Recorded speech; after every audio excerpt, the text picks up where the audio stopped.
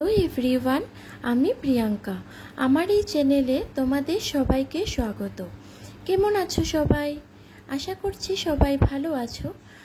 আমিও ভালো আছি তোমাদের আশীর্বাদ আর ভালোবাসায়। আজকে আমি একটা মশলার রেসিপি নিয়ে এসেছি, যে মশলাটা তোমরা সব তরকারিতেই দিতে পারবে। যে কোনো তরকারিতে এই মশলাটা দেওয়া যাবে, আর এই মশলাটা দিলেই তরকারির স্বাদ দ্বিগুণ বেড়ে যাবে। তো দেখে নাও এই মশলাটা আমি কি দিয়ে বানিয়েছি। প্রথমে এখানে গোটা ধনে, তারপর এলাচ, গোলমরিচ, শুকনো লঙ্কা, জিরে, সাজিরে, লবঙ্গ, মৌরি, দালচিনি আর এখানে জায়ফল নিয়ে নিয়েছি।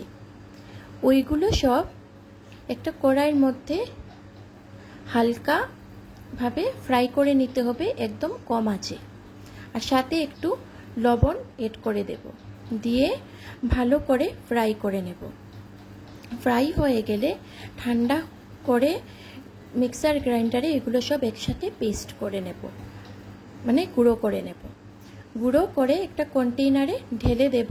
পুরো 1 মাসের মতো, আরও পুরো 5-6 মাসের মতো এই মশলাটা ভালো থাকবে।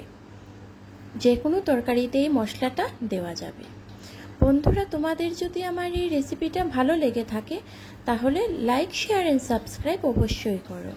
আর আমার পাশে থেকে আমাকে এগিয়ে যেতেও সাহায্য করো তোমরা। বন্ধুরা, তোমরা যারা আমার এই চ্যানেলে ভিজিট করেছো বা পরবর্তীতে ভিজিট করবে, তোমাদের সবাইকে অসংখ্য ধন্যবাদ। আর এইভাবে আমার পাশে থেকে আমাকে এগিয়ে যেতে সাহায্য করো তোমরা।